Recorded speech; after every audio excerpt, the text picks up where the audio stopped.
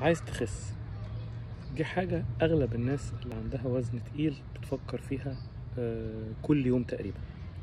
بس عشان تاخد القرار ده لازم تعرف إن في أسلوب حياة هيتغير، مش مجرد خطوة إن أنت هتعمل دايت تمشي عليه، أو أنواع أكل تاكلها أو أنواع أكل ما تاكلهاش، أو تمرين تعمله.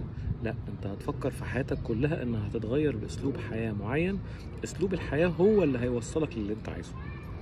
انا كان وزني 120 كيلو، وصلت ل 80 كيلو. الموضوع ده خد مني حوالي 4 أو 5 شهور.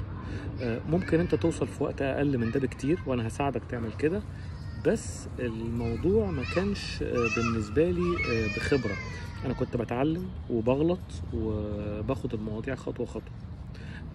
كل الحاجات اللي انا اتعلمتها وكل الحاجات اللي انا غلطت فيها وعرفت ان انا ما اعملهاش واعمل عكسها هقولها لك.